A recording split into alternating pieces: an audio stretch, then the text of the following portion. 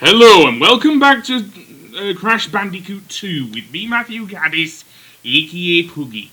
So we are now going to face the boss of the fourth floor of the warp room, and it is indeed a character who we have seen in the beginning, namely Dr. Engine. Yes, and he is actually fought in a very unique way indeed. Like Dr. Cortex said, give the 20 crystals you've collected to me! So, Dr. Engine. How he works is that, firstly, we are on these three platforms. And basically what you have to do with his giant ship is actually fling Wumpa Fruit with the triangle button instead of your usual move, the spin move or whatever, or jumping on it, well, you can't jump on his head, and hit the various parts of him. So yeah, very interesting type of boss, to be fair. Basically, how to damage him, as you can see, the first part you have to damage are these arms he has. And every so often he will fire a laser out of them. So yeah, and you cannot duck under it. No, but you can still jump over it. Not easily though, I might add. But yes, for whatever reason, we cannot duck under it or slide under it. No. But yeah, if there's anything off about this, both this and in the original version of Crash 2, is that sometimes the aim can be off with the...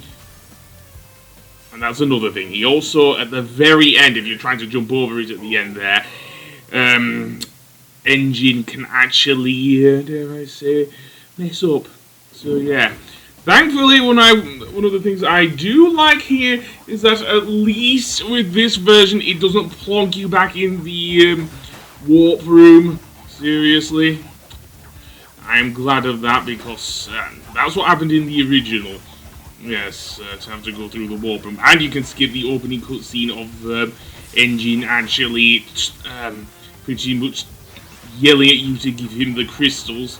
So yeah, and there are other parts to him. As I say, he has 5 units of health, similar in fact to Embryo, but he's like Embryo's fought in a unique way as well. He doesn't have more than one phase, however, unlike Embryo did in Crash 1. Okay, that's unfair, game. I jumped over it. That is really unfair. I definitely jumped over it. It's not my fault if you aim upwards at the very last minute. Maybe it is my fault with timing. I don't know. Anyway, yeah. You'll see the damage you actually do, and yes, that's what you're supposed to actually do. Move off to the left there when he shoots his laser. He has 2 different lasers, however. One on the left, one on the right. Both his arms fire a laser. So yeah. So you have to be careful. He's very tricky indeed, his Engine. So yeah, and I don't always know when he'll fire his laser. So, with that said, yeah, don't do that. Seriously.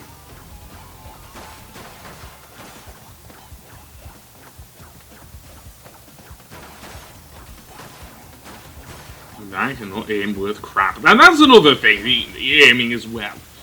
Seriously, can I... There we go.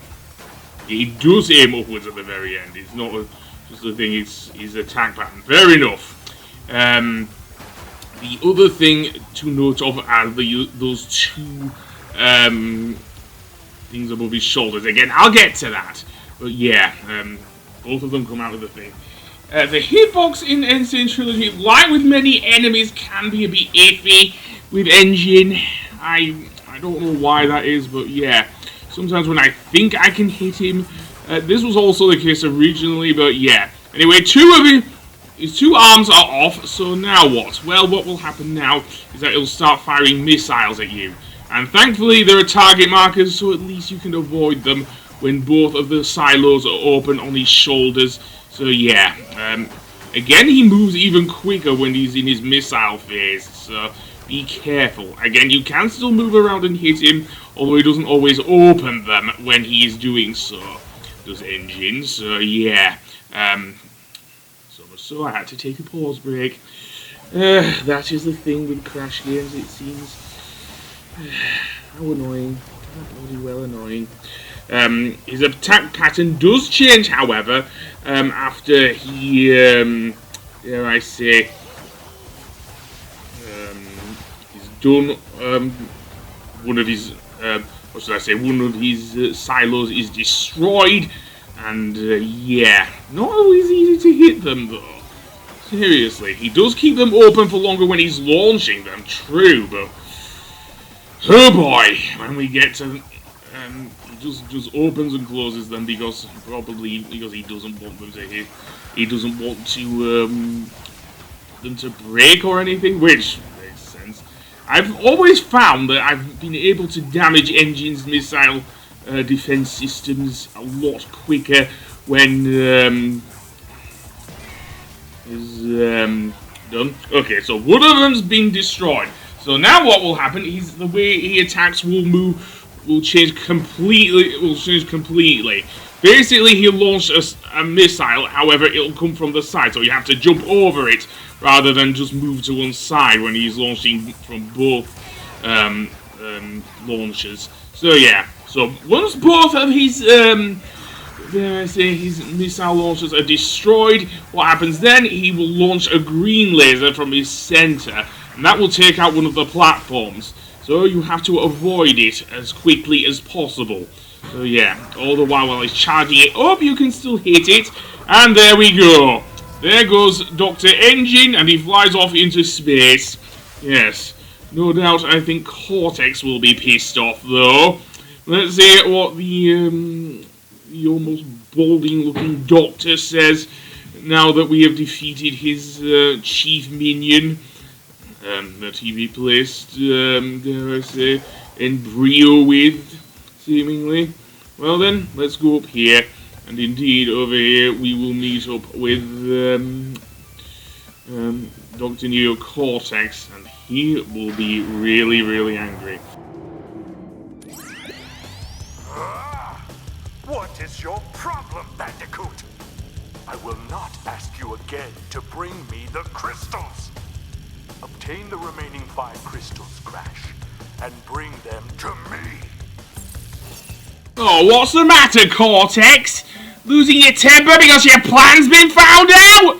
Well, anyway, I'm gonna go to the first of the of 2 new levels here on the 5th one, and yeah, this is where the levels start getting really, really hard. So we are going to start off with Piston It Away. Yes, Piston It Away. Anyway, this level introduces some of the most annoying enemies in the game, as we will see, because over here we will get these walking monstrosities, which can only be attacked with a slide, and can be very annoying to deal with. Yes, so, indeed, let's go up here, slide, and then, and there are the pistons. Again, they go in a certain order, kind of similar to the things in the thing, and these electric enemies. Now, they move in 2 different ways. In this level, they move with their tentacles down and with their tentacles up. So yeah, so you have to attack them in 2 different ways, just like with, well, in 2 different ways. So we will get to that in a moment, because at the beginning they are with their tentacles up, tentacles down, sorry, so you can actually just jump on top of them as normal.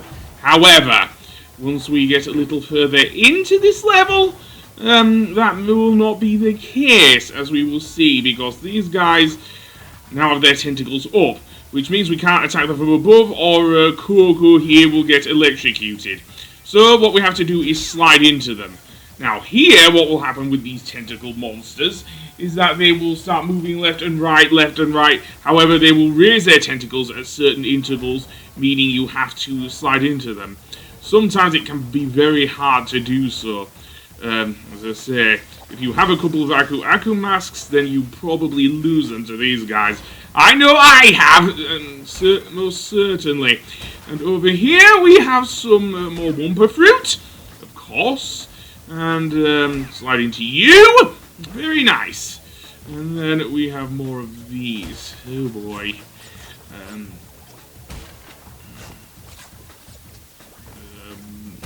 that. There we go. Now here we have some more of these burning cylinders from levels like heavy machinery, which is an added annoyance when you're trying to get past this annoying monster who's moving back and forth, in which case I had to lose my only Aku Aku mask, and apparently the invincibility frames solved that one on to the right. Also, don't forget the crystal! Even though we definitely now know that Cortex is doing that. So yeah. Let's go back a bit. There we go. And Woodabaga! Boom, boom, boom. Yes, Woodabaga. And because I died just there, I missed out on the, dare I say that? I don't know what happened there, but yeah, apparently my game fried.